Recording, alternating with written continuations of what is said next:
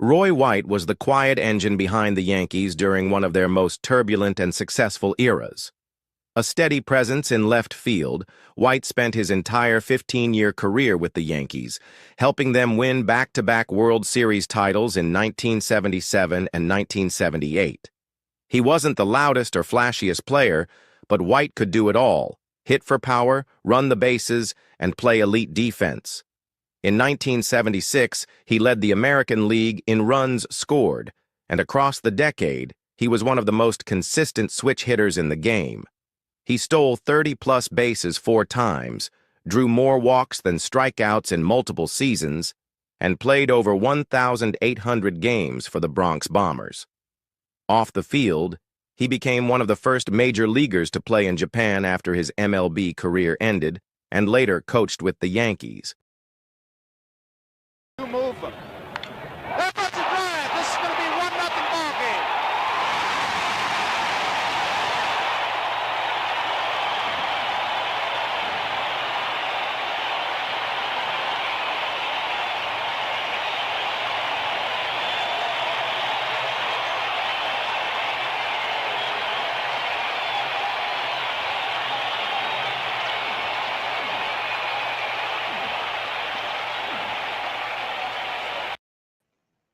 Welcome to Flashback Sports with Gil and Dave, and we're happy to join you. We have one of our childhood heroes, great Yankee legend, Roy White, who's going to join us momentarily, and I'm so excited to have Roy on our show. So without further ado, let's bring in Mr. Roy White, great Yankee legend.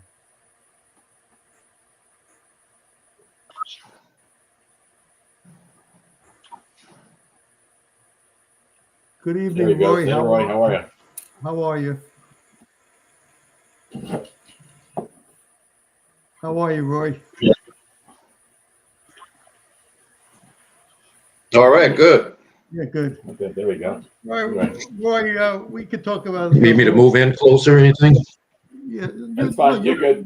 You're fine. You're fine. But your great Yankee career. Your book. First of all, before I forget, this book was a great book. Roy White, From Compton to the Bronx, was a great read. Any Yankee fan who followed the Yankees should read this. It was a wonderful read. So this was a great book. So Roy, tell us a little bit about how you began your love of baseball, and a little bit about in Compton, all the great players you played with.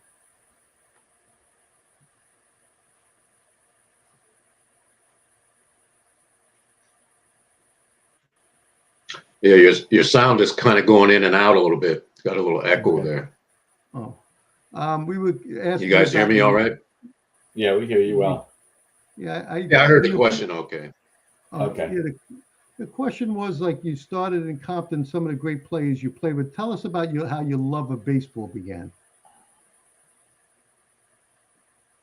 Yeah, well, we had in Los Angeles at that time, there was no Major League Baseball when we were kids. We just had the Pacific Coast League, and we had the Los Angeles Angels and the Hollywood Stars. And those games used to be on TV, the AAA baseball. So we got to see a lot of the guys that would come through the minors and then go up to the major leagues.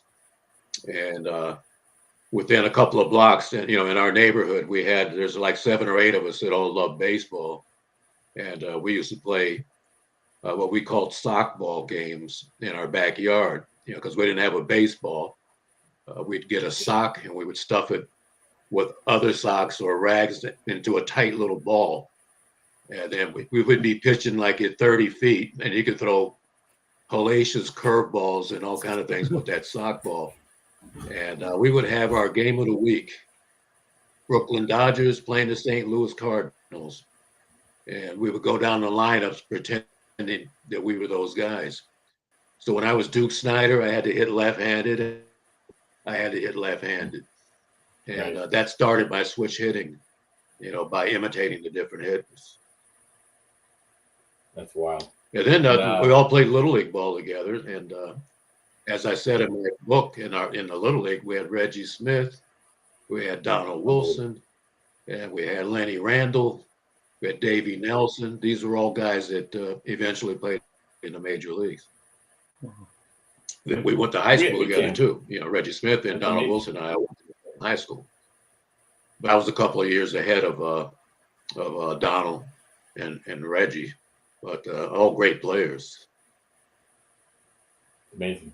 We love baseball too in our neighborhoods. Nobody made it to major league, so that's pretty wild. And none of us were Yankee fans, by the way. Yeah. Well, we wouldn't expect it to be, but at least you beat the Dodgers twice, so you beat your hometown team. I don't know how that felt, but hopefully pretty good because it felt good to us. Especially so, Roy, you come up to the Yankees mid '60s on the heels of their great dynasty. Now you start off on not so great teams, but you're playing with legends, Mantle and Whitey Ford and Roger Maris. You have characters on the team like Joe Pepitone. What's that experience like? The mid '60s, you're playing with these guys that are really legends or characters or both. What's that experience for a young guy coming from, Compton out to the Bronx, 20-something-year-old kid? That had to be pretty eye-opening.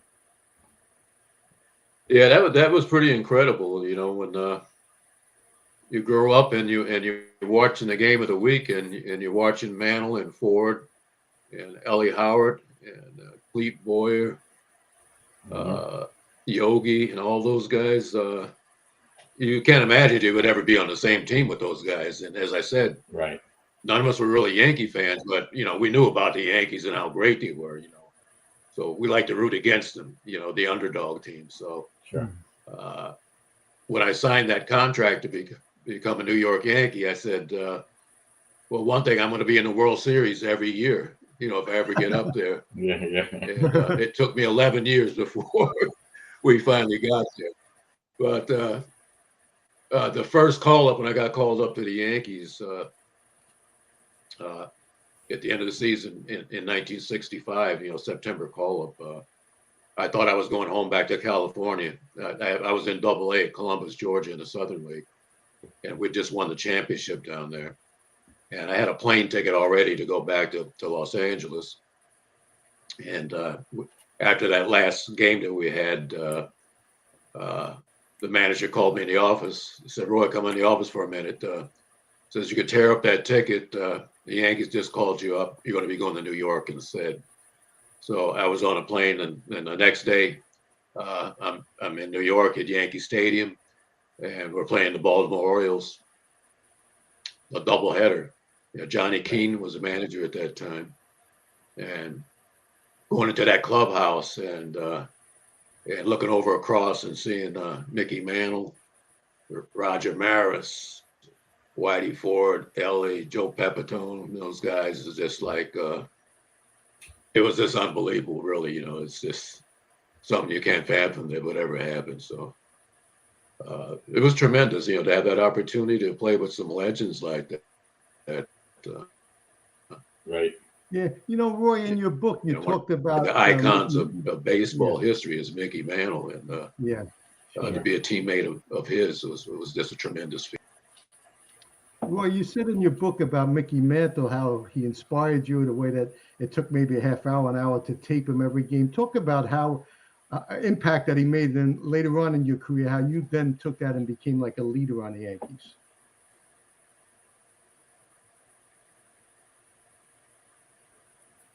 Not going to hear that question too well, Gil. Yeah. In your book, you mentioned about. Could you kind of repeat that? Yeah. In your book, you mentioned about Mickey Mantle and how impact and how when you came up, you saw how he was taped every game. And then you kind of said that you learned so much about the game watching him play.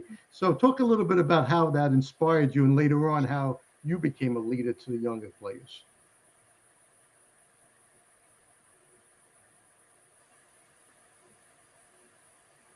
Yeah, well, the one thing in particular, I remember we were playing the Washington Senators, a doubleheader in July. And on the floor of DC Stadium, it must have been like 100 degrees because it was like 90. And that was like a bowl, the DC Stadium. So it was like a sauna down there. We had to play a doubleheader. Mantle played both games. And I remember after the second game, when I'm sitting by my locker, I'm sitting on the stool, and I look across the room when I see Mantle, and he's kind of slumped over, totally exhausted. And I'm watching him unwrap all the tape around both of his legs.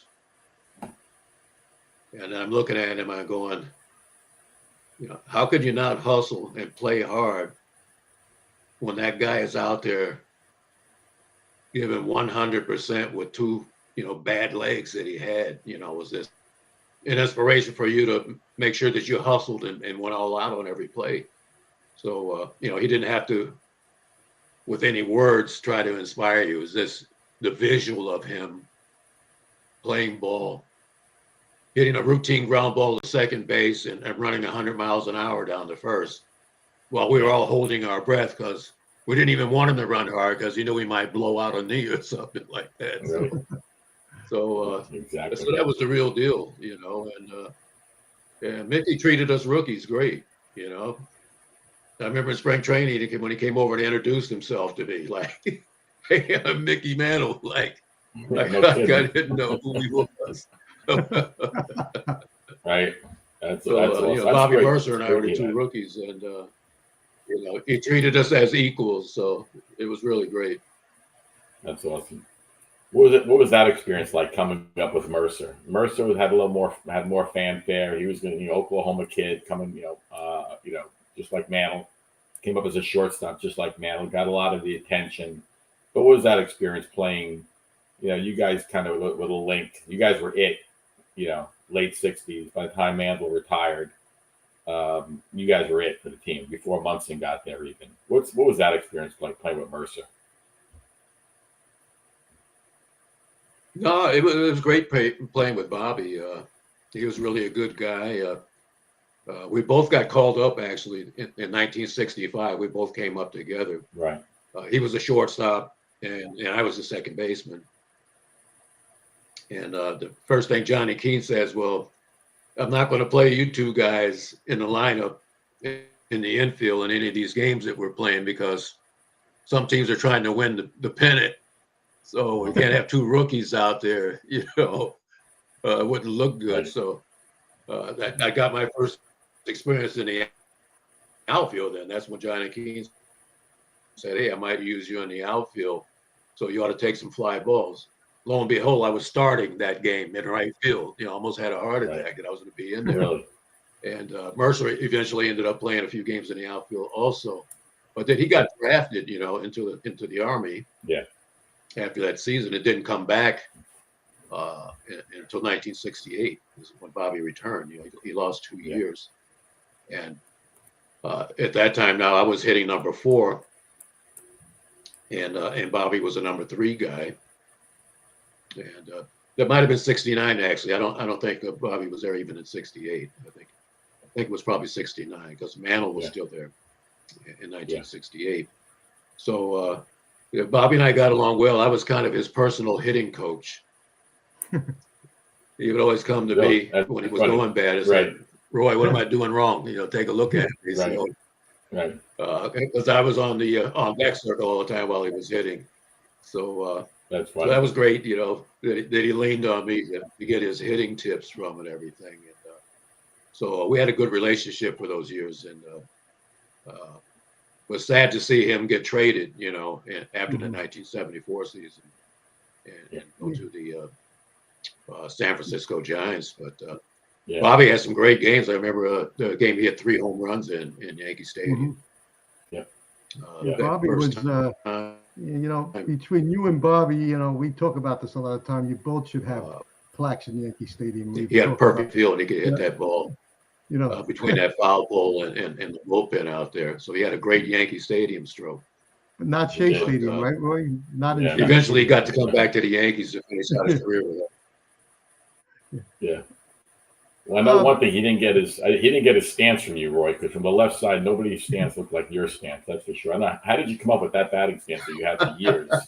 particularly from the Rizzuto used to make him crazy. The knock knee, yeah, exactly. So, but it worked, obviously. I actually had a lot of different stances.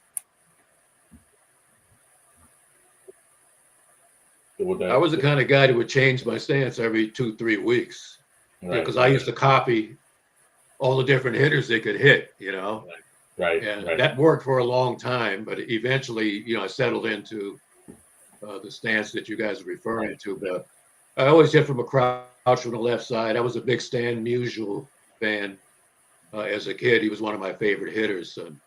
I liked the way Stan Musial had that crouching type of stance with his hands down a little bit lower. Right. And I also copied Joe Pepitone a lot. Joe Pepitone had one of the fastest bats that I ever saw, when I saw Joe Pepitone. And so I patterned a little bit of myself after Pepitone also. So anyway, I wish I would have just had one stance. I always envied Thurman because he had the same stance year after year. Okay. But I always changed bats, changed stance. I went through a lot of stuff, but I guess it was effective. I was able to last for 15 seasons in the big leagues with the New York Yankees. You did fine, that's for sure. Yeah. Hey, Roy, we talked a bit Ralph about Houck used to say, he says, "I don't know how you hit like that, but it works." Yeah, you mentioned. I know the one season I had my bat was. Go ahead. No, I was saying in your book you mentioned how Finish your question. you loved playing for Ralph Houck. What made Ralph different than all the other managers?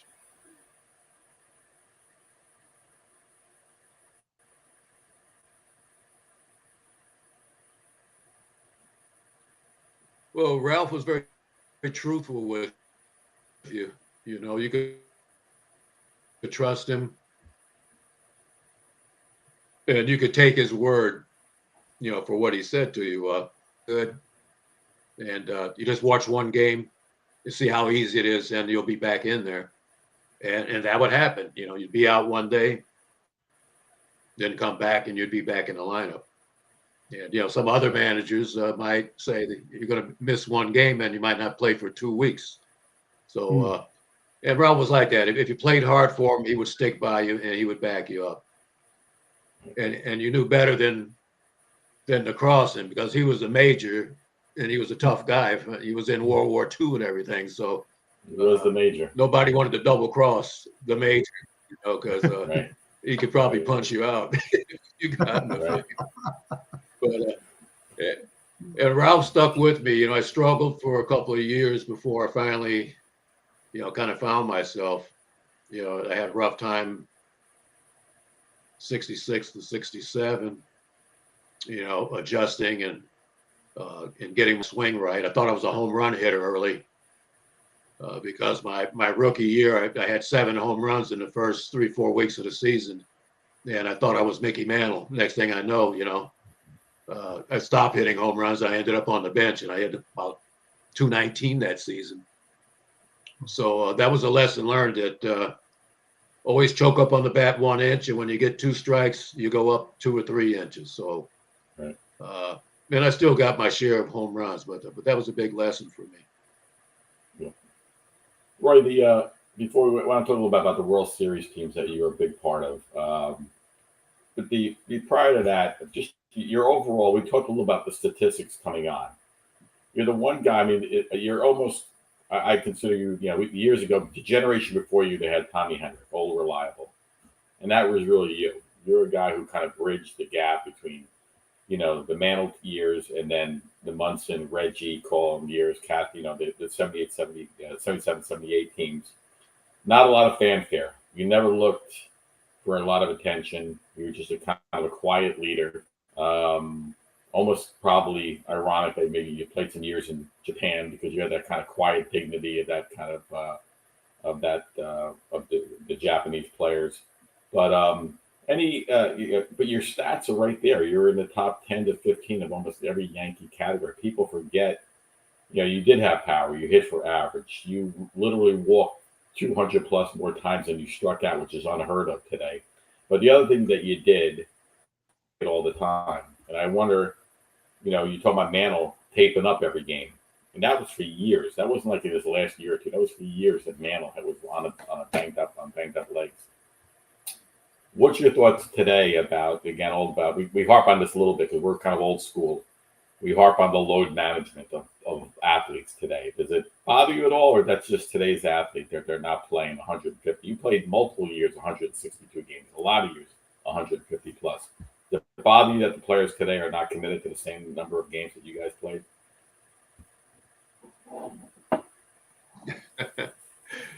No, I don't let it bother me that much, really. Most of the guys know that they're not going to play more than 145 or 150 games. And I would have done a lot better if I had that much time to rest like that. I'm pretty sure. And the other thing that we had like 15 to 20 double headers scheduled every year. Yeah. You know, in the major leagues at that time, you know, Sunday was a double header every Sunday in Yankee Stadium. And sometimes on Wednesday we would have a twilight, you know, playing both games. Start the season at probably 172, 173 pounds. And at the end of the year, I was like 163, 164. Wow. So I definitely probably could have used the rest, you know, every now and then, probably would have helped me. But players now have very few double headers, and they have the day-night double header maybe once or twice a year, and very seldom do guys play both games. You know, somebody's going to come in and pick you up. So they've gotten a lot better than what we've had. Yeah. And you were playing for a contract every year too back then. I'm happy I got to play the amount of games that I got to play, and people are amazed. I think one season I had 700 plate appearances. Yeah. Yep. Not I anymore. don't think anybody gets that number. No. Hey, Roy, you played, you know, your time with CBS and then George Steinbrenner, the old stadium, the new stadium, and you played a great left field with that Sun. Talk about playing in the old stadium with those small, short walls. I remember as a kid you falling into the seats, and talk about the whole transformation from CBS to when George Steinbrenner took over the team. Well, that's like night and day. Under the CBS management, they really didn't make any deals, you know, to try to really improve the club. And most of the trades that they did make, we got guys that were over the hill already, and we kind of got them late in their careers. And they got a lot of the guys that did good against got Bernie Allen because he always hit good against us. We got him from the Senators. And we got Johnny Callison, but he was at the end of his career. Yeah. So when George came in and we got Gabe Paul, all the trades were different. We got younger guys coming in. We get Greg Nettles, we get Chris Chambliss, we get Eddie Figueroa, we get Mickey Rivers, got all those guys coming in, and gradually you could see that they built the team back up. So that was under Mike Burke, I believe, was the guy that came in. Well, Mike Burke was CBS, actually. I'm sorry. Yeah, George came in. It was George that came in. And he really wanted to win, and he put the money in there to start getting the players back to the Yankees. So I have to give him all the credit for bringing the Yankees back up to prominence to where they were. Yeah. Well, it happened pretty quick because you guys as far as stadiums, in the World Series. I like the old Yankee Stadium. I like the old Yankee Stadium. I think it had more character, more charisma. Cool. The low fence and right and left, you know, and 465 feet to center field, 450 to left center. You know, there was no opposite field home runs. You know, left-handed hitters hitting the ball out the other way.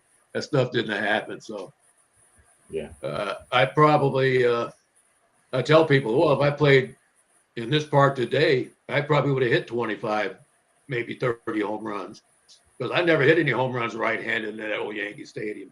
maybe one or two. You had to hit it right down the line. Otherwise, Yeah. it was just an out. Yep. Mm. So Roy took a few years, but not too long. But you finally get to the World Series in '76, lose to an unbelievable Big Red Machine, one of the best teams of all time. Pick up Reggie, 77, 78. What's that experience like? You were on a last place, bottom of the division team when you come up with the Yankees, 65, 66. But, you put your time in. You're the longest tenured Yankee at the time. You go into the World Series, you're winning the World Series, you're 77, 78. It took a while, but what's that experience like?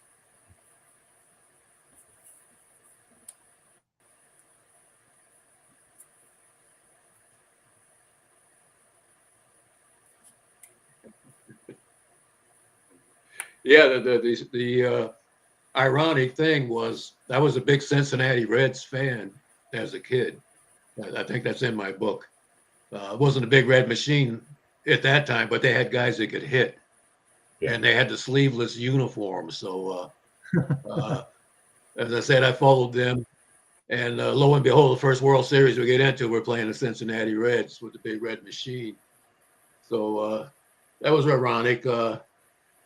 We got swept, but I felt we just weren't ready. We had that big playoff game with the Chris Chambliss home run, and the next day we're on the plane to Cincinnati. We had one workout, and we're out there for the World Series. So I think we needed like 3 days to kind of recover from that big win over the Kansas City, and I think we would have won at least a couple of games against those guys. A couple of games were pretty close until late in the game. Then they kind of broke it open. So.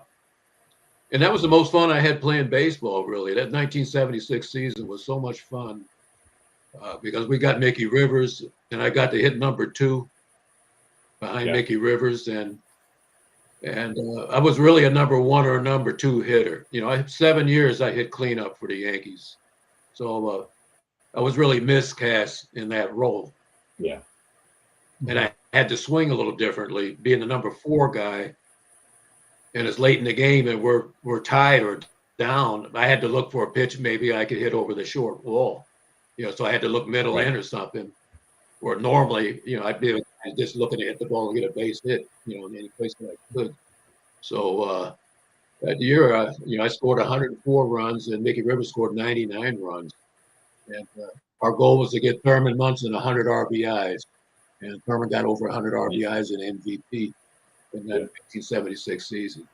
So, but it was great coming back in 77 and 78 and getting to play the Dodgers, going to Los Angeles. I grew up in Compton, and being able to beat the Dodgers those 2 times, finally, it was great. I mentioned in my book that I was kind of bitter in 77. Even though we won the World Series, I didn't start one game, and I think I just pinch hit twice. And I was a little sour. I regret it. I should have tried to enjoy it more than I did.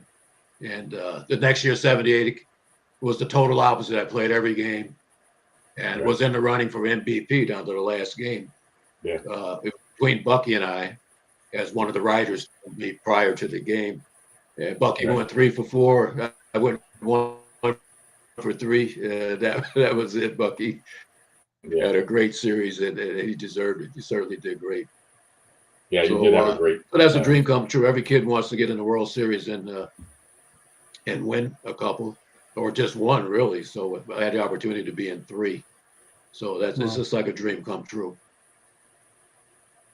What's that like going back to LA to win the World Series in your neighborhood? Basically, you have a lot of. I imagine you had a lot of friends and family watching you. It probably added pressure. I can't even imagine what that's like. You going back to LA in the World Series both years. What's that experience like in playing in front of your family and friends on the biggest stage for the bad guys?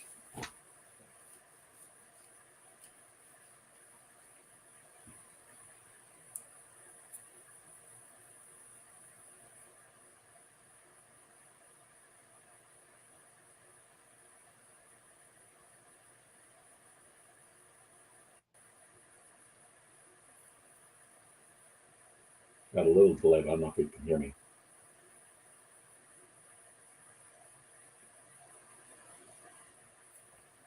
Hey, Roy, You had a great Yankee career. What was your favorite moment as a Yankee? What would you say was your biggest hit?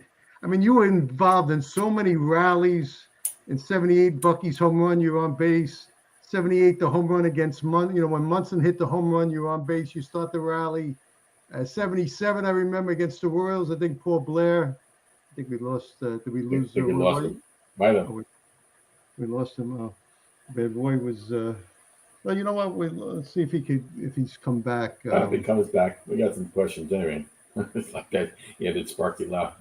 Moses said, "Did Sparky Lau ever sit on your birthday?" So Sparky Lau sat on everybody's birthday cake, I think, at some point in time, right? With the Yankees. Well, hopefully he comes back on, but we're going to get to kind of some of his. I do think he's one of the most underappreciated. I think most people who've watched the Yankees for the last 50 years, he didn't say it like that, but really appreciate what this guy was about. He just played all the time, played as, a steady of an outfield. He did everything well. He is kind of known for not having a great arm, but he just did everything else really well. And here he comes back. All right, you're back. We're rallying. Welcome back, Roy. Hey, Roy, we were just talking about how you unsung. First of all, I don't know what it is that you should have a plaque in Yankee Stadium. It's a travesty that you and Bobby Mercer don't have it. That's number one. Number two, all the rallies we had in the 76, 77, 78, all those big playoff games, you got big hits, walks, scored winning runs. You scored I remember Piniella when he got the base hit to win the game. I remember the clutchest game that I went to, and I was a kid, was when you hit a home run against Soup Campbell against the Red Sox in '77. And if we want to show that, can we show that number 2 video? Because to me, that was one of your best moments as a Before Yankee. Catfish, still struggling with injuries, got tough and silenced the big bats the rest of the way.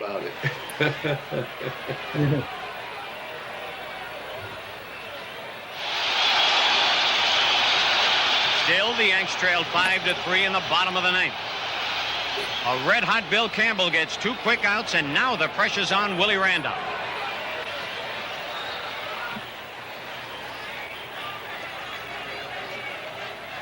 And he gets something going.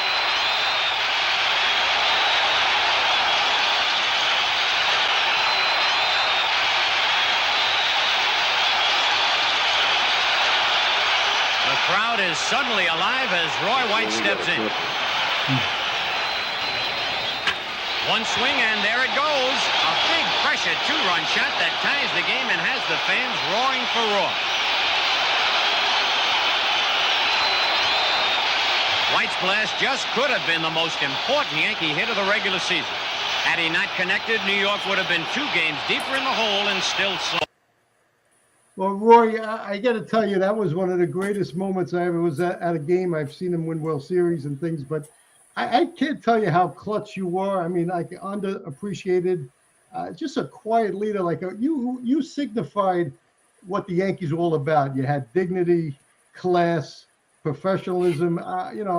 I can't even tell you how happy I'm 62 years old. I feel like I'm 10 years old. I don't even know how to talk to you here, but I can't tell you those games. I mean, 78, you hit the big home run against Dennis Leonard.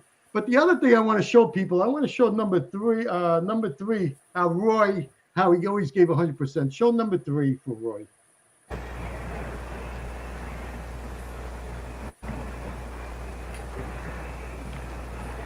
Bean, no victories, 3 defeats. Earned run average 3.42. Worked out of the bullpen mainly. Costco lifts it a long way out of the left field. Back goes Roy White. Back to the barrier. He can't get it. White goes over. He's trying to find the ball now to put it in the glove. And let's see if he's hurt himself or not. The young fans gathering around Roy, and they'll try to get him up on his feet and get him back in the playing area. Here he comes. Great try by Roy White. Home run by Andy Costco. Roy, that was the old stadium. I was trying to find the one that you caught, and I couldn't find it. I was trying hard, but that was a great effort. I love the old stadium. Good seats still available, by the way, for that game. So. Hey, Roy, the only thing about the old stadium is that if you were in the I never saw that before.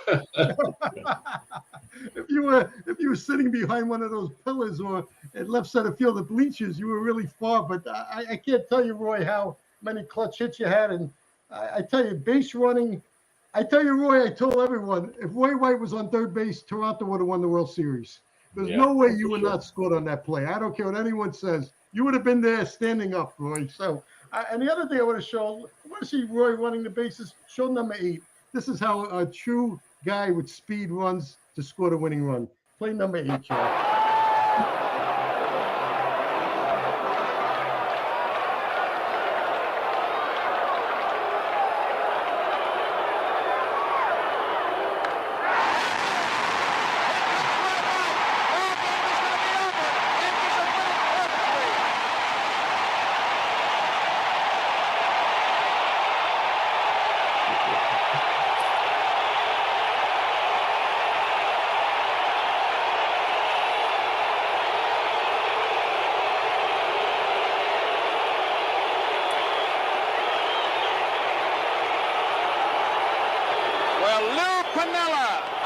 Hit, and now the series is tied. 2 games apiece. He hit a good pitch, Tony. No ball, 1 strike pitch. Looked like it was up and away, but might have been a ball. He really tomahawked it hard to right center, so Piniella with his hit ends the game. Here's Roy White coming off second base. North had no chance whatsoever as Hauser gives the go-ahead sign. The big cheer you hear now in the background as White scores the 4th run is Piniella coming out of the dugout. So, Roy, those great teams against the Dodgers, the Red Sox, you had the Orioles, the Royals. Talk about the rivalry. You know, Randolph had the fight with Hal McRae, Nettles with George Brett. Talk about those great rivalries you had and what made them so special.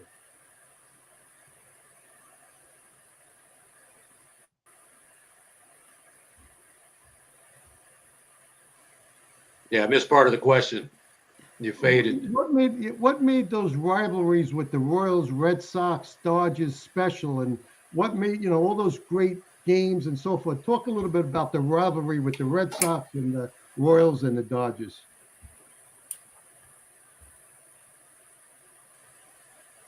Yeah, well, the Red Sox, that was traditionally, I guess, a big rivalry in Yankee history has always been the Red Sox and the Yankees. It really got tense during the latter 70s because we both had good teams. My early years with the Yankees when we were in the second division, it wasn't the same as it was later on. Rice, Carlton Fisk, all those guys, and we had a tough ball club. Nettles and Thurman, Piniella. And these guys are real competitors, and they weren't afraid to mix it up if things got tense out there. Yeah. So they were tough guys, and same thing with Kansas City too. That was we played them 3 years in a row in those playoff games, and they had George Brett and Amos Otis, Frank White, Hal McRae, John Mayberry, Dennis Leonard, great ball club over there. So everything was a battle with those guys. And I remember McRae taking Woolley out into short left field on a double play. And I think that started, almost a big fight right there. And another instance where Brett slid into third, or either Greg slid into third, and Brett and Nettles started going at it, Yep. So there was no love between us and those clubs. We'll put it that way. Yeah. And well, you guys seem to come out on top most of those times, if not all those times, which was good for us fans.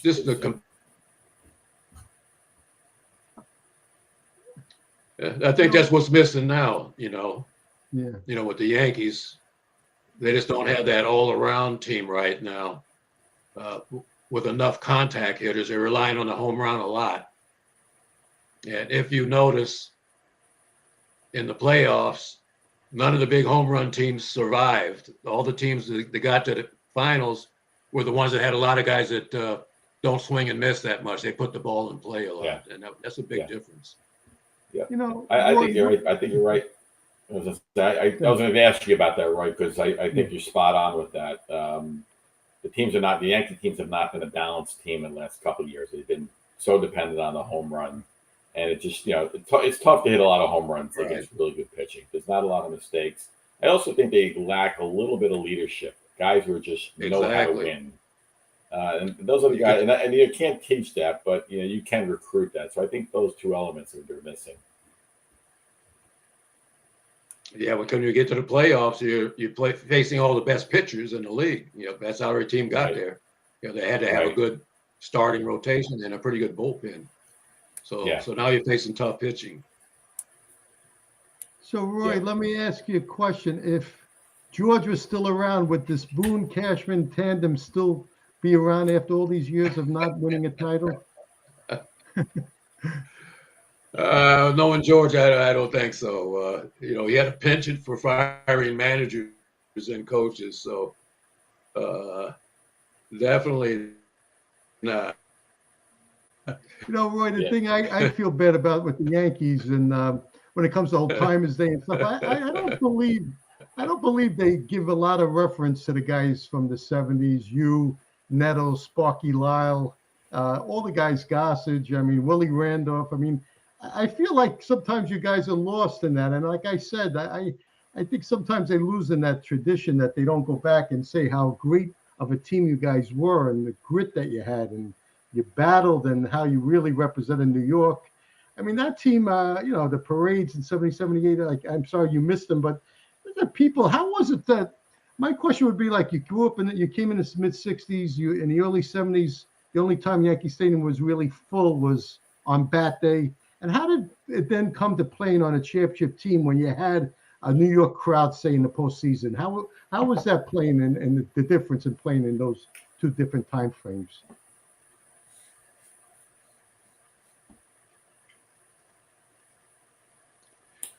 Yeah, we probably we'd only get maybe 19 or 20,000 people when we were playing, like second division clubs in the old Yankee Stadium, and we really didn't get the big crowds until we played the Red Sox or the Baltimore Orioles, who were the big team in the mid 60s. So we didn't start really getting the crowds until 76, 77, and 78. Then we started getting the bigger crowds out there. So you had a lot more energy in the stadium then. It was a big difference. Right.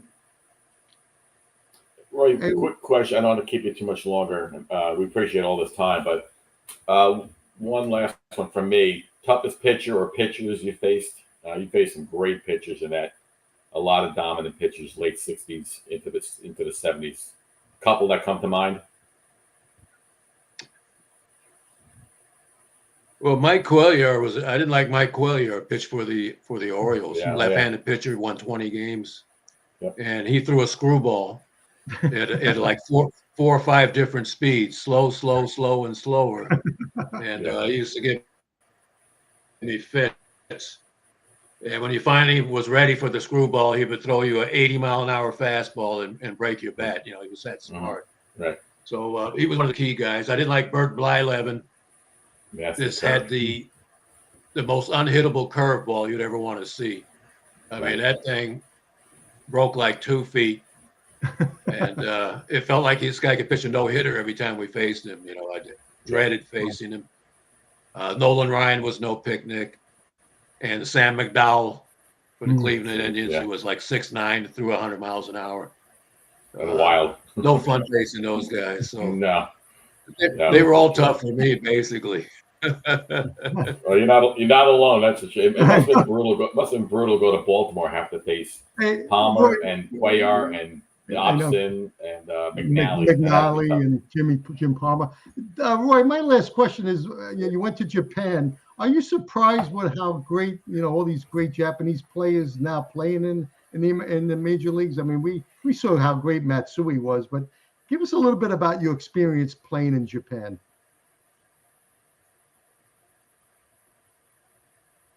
Yeah, it was great. I was over there 3 years. Got to play for the Tokyo Giants. Tokyo Giants were like the Yankees of Japan. Yeah.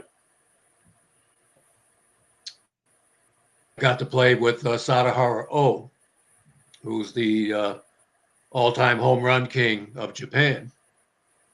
And actually, the greatest hitting day that I had in baseball happened in Japan. We're at home, and they didn't have the Tokyo Dome then. They had Korakuen Stadium. We were playing Hiroshima. And my family had just come in from the States. So I took my son to the ballpark that night. It was in June. And I was just starting to really get my stroke down pretty good then. And in the first inning, I hit a home run, batting left-handed. Second time up, I doubled, drove in a run. Third time up, I'm hitting right-handed, and we were down 2. We had a guy on. I hit a home run right-handed, tied the game. And at the bottom of the ninth, the game was still tied. And the best reliever in Japan, they had a left-hander named Inatsu, was on the mound. And batting right-handed, I hit my third home run of the game winner, walk-off home run. Wow. So 4 for 4, 3 home runs. Hey, With the sun in the A park. double. wow. Hey, Roy, we Wait have till a we get the special- papers tomorrow. I said it's going to be a great write-up on your dad, with the great game that I had. Right. So the next morning I go get the paper, and the headline was Sara Ho hits his 750th Right. game. Wow. Timing's everything. Hey, Ro. We had one Ro- hit. Hey, Yeah. Everybody Ro- passed Ro- Hank Aaron. Wow. That's Hey, funny. Roy, we got a So special that was the guest in big the back. We got somebody in the back that story. wants to say hello to you. So if Jack, bring on Dom quickly. Gonna And play Dom wants to say hello to you. in the Major What's League. up, my man? What's up, Roy? Sorry, a little bit of a delay, Dom, for some reason. You want a little delay? Maybe, I'm not sure. Seems like it. Is that from me? Sorry, I can you don't hear know. me now? No. You're good. How are you, Dom? All right. Roy Yes. White, what's happening, my man? Oh, he's spinning around. I don't know if we lost his connection. Yeah. Can you hear me? Maybe he owes Dom money. Oh. Maybe he saw Dom. He must have. He saw Dom and he got out of there. I think, I don't know. Dom, you scared. Oh, there he is. Roy, we got a friend of yours here. Wants to say hello to you. Go ahead, Dom. What's up, Roy? How you doing? Tom, I said, I wanted to. I don't know if you Tom, can hear me. Yeah, now I All can right. hear you. How you doing, Tom my is one of my friend? favorite people. Yeah, Dominic and I used to hang out when I was coaching, and Dom was it was in the bullpen. He was bullpen coach, and we spent a lot of time together. Yes, we did. And, Yes, we did. But you know Dom what, was Roy? a great baseball mind and became a great scout with the Yankees. Actually, he's a big time scout. Thank you very much. That means a lot coming from you, who were one of the all-time great Yankees, man. Not only on the field, I mean, but coaching and everything. He got a lot of guys from Japan. I don't know if you guys know that. He got a lot of guys from Japan. I don't know if he mentioned that. But Roy, I want to tell them about a story in Detroit when I was throwing batting practice to you guys. And, Roy will tell you, I used to throw pretty good batting practice, right, Roy? For sure. Great batting So- practice. Thank you. So, Yeah. so Roy and I were You had a good great friends, changeup. had a good changeup. And Oscar Gamble was in the cage in Detroit. And if you remember, there must have been 25,000 people watching us batting practice that night before the game. They used to open up the gates a lot sooner than they do now. Right. And Oscar Gamble hit Watt Roy Right. about 5 or 6 in the upper deck off me in a row, right? Right. So Roy says to me, he's behind the cage and he Am goes I the like one that this. said throw him a changeup? He said, throw him a changeup. So I threw him a changeup, and he almost pulled his shoulder out of his socket. And he couldn't, and he came out of the batting cage and he was holding his shoulder. and Oh, everybody is laughing. However, Gene Michael wasn't laughing in the dugout. He called me in the office, and he almost fired me that night. Wow. Remember that, Roy? He said, funny. "You ever do that again?" He says, "You're fired." Roy almost got me fired. If it was Reggie, you probably would have been fired, Don. Oh, I threw one. I'll tell you But what. Oscar almost pulled a muscle in his back. Yeah. I did throw at Reggie one time, and I threw at his neck because I had pretty good control, as Roy would tell you. And the guys were telling me, go like this, go like this. And I threw one at his fucking neck. No, you did. You did. We used to have a lot of good times, right, Roy? That's good stuff. Back in those days. I would We had love a to lot see of good Oscar times. hitting BP in Detroit or Reggie. I would love to see in the old Detroit Stadium. That would have been wild to see BP. See who's hitting upper decks, Well, who's going on the roof. The overhangs and the roof were like Oscar the could same. really hit him out, man. Yep. Yeah, Oscar Gucci Gamble, we used to call him. Remember? He wore all Gucci. Oscar, That's awesome. all That's Gucci awesome. clothes he Right. wore. Well, He was I a just wanted to character. come on and tell that story, man. We used to have good times all the time with the boys. We really did. Great. We really Great. did. You guys Well, discuss the Oscar World? probably hit more out than Reggie did. Yeah, we didn't talk Yeah. a little bit about the World Series, but if you want We to did. ask Roy a couple, we were going to talk a little bit about some of the things that happened. But Oh, wanna what a mention World that- Series that was, guys, wasn't it? it really Unbelievable. was. Unbelievable. Amazing. It's so many. You know what, I though? was saying I would just like to mention, though, and Roy, Roy was a coach. We used to go over this stuff in spring training. Billy was a stickler for all these little things in spring training and stuff. And when I became a coach in college, I went over all Right. base running stuff all the time. You know what, Roy? I'm sure you saw it if you watched it. That IKF, I was very surprised at him.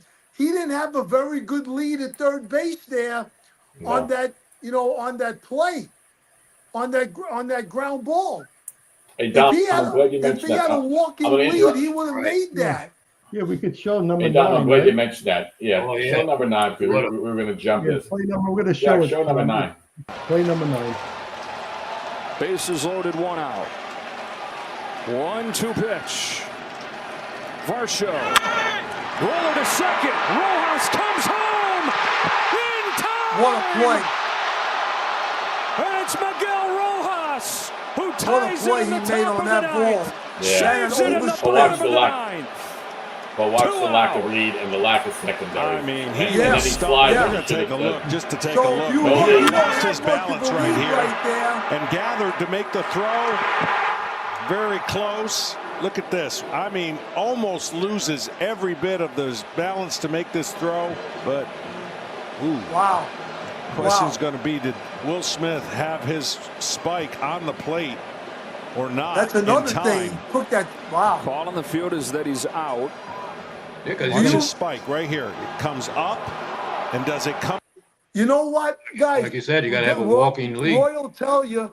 going down the line. Roy will tell you that's rule of thumb. You got to try to get as much as the third baseman gives you. And he was off the line a little bit there, A lot. the third baseman. And then you also have to have a walking lead as the pitch is being thrown. He had no lead. He was flat foot. Yep. Go ahead, Roy. He didn't move until he hit the ball. Get it. Yeah. Yeah. And that meant the World Series. That's something. That meant the World Series. He scores there, they win. It's a totally different mindset. It's a totally different thing that happens. Toronto wins. LA loses. Yep. I feel bad, Dom. I want the Mattingly to get a ring. Yeah. And, I was rooting for Mattingly. Absolutely.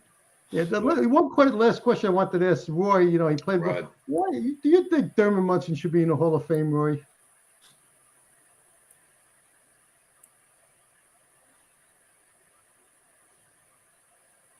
I don't know if Roy heard you. Roy, do you think Thurman Munson should be in the No, Hall we of lost Fame? the sound. Yeah. Oh, do you think Thurman Munson should be in the Hall of Fame? Well, I see that they come up with this contemporary players thing for the Hall of Fame now, and they have Mattingly on there. Yeah. Did you see that the other day? Oh, no, I didn't say. Yes. There's 7 nominees. Jeff Kent, Yeah, 8. Mattingly. They have Clemens on there. Bonds. They have Barry Bonds. Bonds is on They have there. Dale Murphy. Yeah. So if you have Mattingly on there, you got to have Munson. Yeah. Well, I think Because they both Munson played was about the not same amount of eligible. time. I don't think he was eligible for that, if I'm not mistaken. I know, but who's that? Roy mentions it. Probably. Yeah. Yeah. Roy, you saw him. You played with him for 10 I years. see, You know, right. you saw Munson play.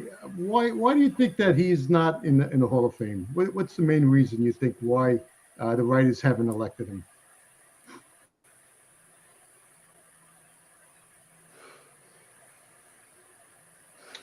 I can't tell you really. It's the answer. Well, I mean, yeah. who's the third? That's a tough thing. Who's the third baseman that went in? Not last year. You like Ron Santo or? Oh no, you're I talking can't about think of the third base. Yeah, from Philadelphia. No, not Santo. More Yeah, recent. No, yeah, from Philadelphia. Scott Rowland. I think he played for the Scott Phillies. Rowland, yeah, Rowland. Scott Rowland. You're right. Scott Rowland. Couple of clubs. Yeah, Well, he was Rowland. You know, that's a very good question, Gil. Scott I Rowland. mean, Yeah. Right. You know,